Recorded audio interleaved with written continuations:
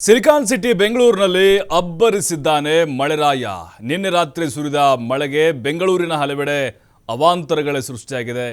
ನಾವು ನಿನ್ನೆ ಹೇಳ್ತಾ ಇದ್ವಿ ಮಳೆ ಬಗ್ಗೆ. ರಾತ್ರಿ ಸಿಕ್ಕಾಪಟ್ಟೆ ಮಳೆ ಆಗ್ತಾ ಇತ್ತು. ಅದರ ಎಫೆಕ್ಟ್ ಯಾವಾಗ ಗೊತ್ತಾಗುತ್ತೆ ಅಂದರೆ ಬೆಳಗ್ಗೆ ಎದ್ದ ಮೇಲೆ ಗೊತ್ತಾಗುತ್ತೆ ಏನೇನು ಅವಾಂತರಗಳಾಗಿದೆ ಅಂಥೇಳಿ. ಹಾಗೆ ಬೆಂಗಳೂರು ಕೇಳಬೇಕಾ, ಒಂದು ರಾತ್ರಿ ಮಳೆ ಆದರೆ ಸಾಕು ಸಿಕ್ಕಾಪಟ್ಟೆ ಸಮಸ್ಯೆಗಳು. ಮಡಿವಾಳದಲ್ಲಿ ನಿನ್ನೆ ರಾತ್ರಿ ಬೃಹತ್ ಮರ ಧರೆಗುರುಳಿದೆ. ಮರ ಬಿದ್ದ ರಭಸಕ್ಕೆ 2 ವಿದ್ಯುತ್ ಕಂಬಗಳು ಕಟ್ಟಾಗ್ಬಿಟ್ಟಿದ್ದಾವೆ. ಕರೆಂಟೇ ಇರಲಿಲ್ಲ ಅಲ್ಲಿ. ಜನಜೀವನ ಅಸ್ತವ್ಯಸ್ತವಾಗಿದೆ. ಅದೃಷ್ಟವಶಾತ್ ಪ್ರಾಣಾಪಾಯ ತಪ್ಪಿದೆ. ಜನರು ಪರದಾಡಿದ್ದಾರೆ. ದೊಡ್ಡ ಮರ ಬಿದ್ದುಬಿಡ್ತು. ಕಾರ್ಯಾಚರಣೆ ಕೂಡ ಕಂಪ್ಲೀಟ್ ಆಗಲಿಲ್ಲ. ನೋಡ್ತಾ ಇದ್ದೀವಿ ನಾವು, ಇಡೀ ರಸ್ತೆಯನ್ನು ಆವರಿಸಿಬಿಟ್ಟಿದೆ ನೋಡಿ ಬೃಹತ್ ಗಾತ್ರದ ಮರ. ನೋಡಿ, ಕೆಲವೊಂದಿಷ್ಟು ಮರಗಳು ಎಷ್ಟು ಹೇಗಿರುತ್ತೆ ಅಂತ ಹೇಳಿದ್ರೆ, ಒಂದು ದೊಡ್ಡ ಮಳೆ ಅಥವಾ ಗಾಳಿ ಬೀಸಿದರೆ ಸಾಕು ನೆಲಕ್ಕೆ ಉರುಳ್ಬಿಡುತ್ತೆ. ಆ ಗಿಡದ ಆಯಸ್ಸು ಕೂಡ ಗೊತ್ತಾಗೋದಿಲ್ಲ. ಅದಕ್ಕೆ ಒಂದು ಸರ್ವೆ ಮಾಡಬೇಕು, ಅಂಥ ಗಿಡಗಳನ್ನು ಗುರುತಿಸಬೇಕು ಬೆಂಗಳೂರಿನಲ್ಲಿ ಅಂತ ಸೂಚನೆ ಕೊಡಲಾಗಿತ್ತು. ಆದರೂ ಕೂಡ ಆಗ್ತಿಲ್ಲ. ಯಾರ್ದಾದ್ರೂ ಮೈ ಮೇಲೆ ಬಿದ್ದಿದ್ರೆ ಬದುಕ್ತಾ ಇದ್ದಾರೆ, ಕಾರ್ ಮೇಲೆ, ಬೈಕ್ ಮೇಲೆ ಖಂಡಿತ ಉಳಿತಾ ಇರಲಿಲ್ಲ. ವಿದ್ಯುತ್ ಕಂಬಗಳು, 2 ವಿದ್ಯುತ್ ಕಂಬಗಳು ಕಟ್ಟಾಗಿದ್ದಾವೆ. ಇನ್ನು ಟ್ರಿನಿಟಿ ಸರ್ಕಲ್ ಇದೆಯಲ್ವಾ, ಇಲ್ಲಿ ಮೆಟ್ರೋ ಪಿಲ್ಲರ್ ಮೇಲೇ ದೊಡ್ಡ ಮರ ಬಿದ್ದಿತ್ತು. ಮಡಿವಾಳದಲ್ಲಿ ದೃಶ್ಯಗಳು ಕೂಡ ನಾವು ನೋಡ್ತಾ ಇದ್ದೀವಿ, ಫೋಟೋಗಳನ್ನು ಕೆಲವೊಂದಿಷ್ಟು.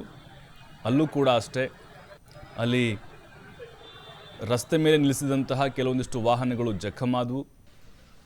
ದೊಡ್ಡ ಗಾತ್ರದ ಮರ ಬಿದ್ದಿದ್ದರಿಂದಾಗಿ ಈ ರೀತಿ ಅವಾಂತರಗಳೇ ಸೃಷ್ಟಿಯಾಯಿತು.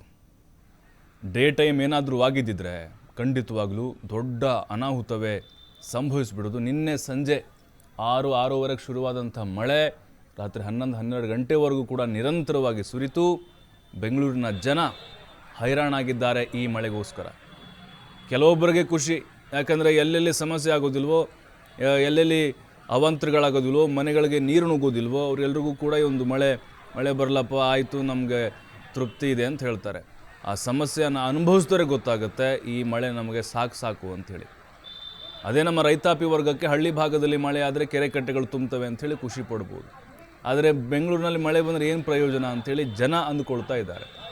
ಯಾಕಂದರೆ ನೀರು ಹರಿದು ಹೋಗಲಿಕ್ಕೆ ಅವಕಾಶನೇ ಇಲ್ಲ. ಯಾಕಂತಂದರೆ ಇದು ಬೆಂಗಳೂರು ಹೇಗಾಗಿಬಿಟ್ಟಿದೆ ಅಂತ ಹೇಳಿದ್ರೆ ಒಂಥರ ಮುಳುಗಡೆ ನಗರಿ. ಇನ್ನೂ ಆರಂಭ, ಇದು ಇನ್ನೂ ಇದೆ. ಯಾಕಂದರೆ ಪ್ರತಿ ಮಳೆಗಾಲದಲ್ಲೂ ಕೂಡ ನಾವು ನೋಡ್ತಾನೆ ಇರ್ತೀವಿ, ತಗ್ಗು ಪ್ರದೇಶದ ಮನೆಗಳಿಗೆ ನೀರು ನುಗ್ಗಿದ್ದು ನೋಡಿ. ಇದು ಕಾಮನ್ ಸಮಸ್ಯೆ ಬೆಂಗಳೂರಿನಲ್ಲಿ. ಮನೆಯಲ್ಲಿರುವಂಥ ನೀರನ್ನು ಹೊರಹಾಕೋದೇ ಫುಲ್ ಟೈಮ್ ಕೆಲಸ ಆಗಿಬಿಡುತ್ತೆ ಜನರಿಗೆ ಇನ್ಮೇಲೆ. ಅದರಲ್ಲೂ ತಗ್ಗು ಪ್ರದೇಶದ ಮನೆಗಳಿಗೆ ನೀರು ನುಗ್ಗೋದು, ರಾಜಕಾಲುವೆ ಒಡೆದು ನೀರು ಆಚೆ ಬರೋದು, ಅದರ ಜೊತೆಗೆ ಡ್ರೈನೇಜ್ ವ್ಯವಸ್ಥೆ ಸರಿ ಇಲ್ಲದೆ ಇರುವುದು, ಇದೆಲ್ಲವೂ ಕೂಡ ಕಾರಣ ಆಗಿದೆ. ಹಾಗಾಗಿ ಬೆಂಗಳೂರಿನಲ್ಲಿ ಇವತ್ತು ಬರುತ್ತೆ ಮಳೆ, ನಿರಂತರವಾಗಿ ಬರ್ತಾನೆ ಇರುತ್ತೆ ಇನ್ಮೇಲೆ. ಯಾಕಂದರೆ ಕೇರಳ ಈಗ ಮುಂಗಾರು ಪ್ರವೇಶ ಆಗಿದೆ ಅಧಿಕೃತವಾಗಿ. ನಮ್ಮಲ್ಲಿ ಕೂಡ ಶುರುವಾಗುತ್ತೆ ಈಗ ಅಧಿಕೃತವಾಗಿ. ಮಳೆಗಾಲ ಕೂಡ ಶುರುವಾಗುವಂಥ ಸಮಯ ಇದು. ಹಾಗಾಗಿ ಬೆಂಗಳೂರಿನ ಬಹುತೇಕ ಕಡೆಗಳಲ್ಲಿ ಇದೇ ರೀತಿಯಾದಂಥ ಸನ್ನಿವೇಶಗಳು ನಿರ್ಮಾಣ ಆಯಿತು. ಬೃಹತ್ ಗಾತ್ರದ ಮರ ಬಿದ್ದ ರಭಸಕ್ಕೆ ಜನ ಯಾವ ರೀತಿ ಮನೆಯಿಂದ ಆಚೆ ಬಂದರು ಅಂತ ಹೇಳಿದರೆ ಅಷ್ಟು ಜೋರಾದಂಥ ಒಂದು ಶಬ್ದ ಬಂತು. ವಾಹನ ಸಂಚಾರ ಅಲ್ಲಿ ವಿರಳವಾಗಿತ್ತು. ಏನಾದರೂ ಅದೇ ವಾಹನಗಳು ಓಡಾಡುವಂಥ ಟೈಮ್ನಲ್ಲಿ ಏನಾದರೂ ಮರ ಬಿದ್ದಿದ್ರೆ ಖಂಡಿತವಾಗ್ಲೂ ದೊಡ್ಡ ಹಾನಿ ಆಗುವಂಥ ಸಾಧ್ಯತೆಗಳಿತ್ತು. ಬಟ್ BBMP ಸಿಬ್ಬಂದಿ ಕಾರ್ಯಾಚರಣೆಯನ್ನು ಬೇಗ ಮಾಡಬೇಕು. ಮೊನ್ನೆ ಮುಖ್ಯಮಂತ್ರಿಗಳು ಸಭೆ ಕರೆದು ನಿಮಗೆಲ್ಲ ವಾರ್ನ್ ಮಾಡಿದ್ದಾರೆ. ಹೆಲ್ಪ್ಲೈನ್ ನಂಬರ್ ಕೂಡ ಅಲ್ಲಿ ಕೊಟ್ಟಿದ್ದಾರೆ, ವಾರ್ ರೂಮ್ ಮಾಡಿದ್ದಾರೆ. ಬಟ್ ಜನರ ಕಷ್ಟಗಳಿಗೆ ಸ್ಪಂದಿಸಬೇಕು. ಸಾಕಷ್ಟು ಕಡೆಗಳಲ್ಲಿ ಇದೇ ಕಂಪ್ಲೇಂಟ್ ಇದೆ, ನಮ್ಮ ಮನೆ ನೀರು ನುಗ್ತು, ನಮ್ಮ ಅಪಾರ್ಟ್ಮೆಂಟ್ ನೀರು ನುಗ್ತು, ನಮ್ಮ ಏರಿಯಾದಲ್ಲಿ ನೀರು ನುಗ್ಗಿದೆ. BBMP ಸಿಬ್ಬಂದಿ ಕೇಳಿದರೆ ಯಾರು ಫೋನ್ ತೆಗಿತಾನೆ, ರೆಸ್ಪಾನ್ಸ್ ಮಾಡ್ತಾ ಇಲ್ಲ, ಮರ ಬಿದ್ದಿದೆ, ಕರೆಂಟ್ ಹೋಗಿದೆ, ಈ ರೀತಿ ಸಾಕಷ್ಟು ಸಮಸ್ಯೆಗಳನ್ನ ಹೇಳ್ಕೊಳ್ತಾರೆ. BBMP ಇನ್ನೂ ಕೂಡ ಅಲರ್ಟ್ ಆಗಬೇಕು.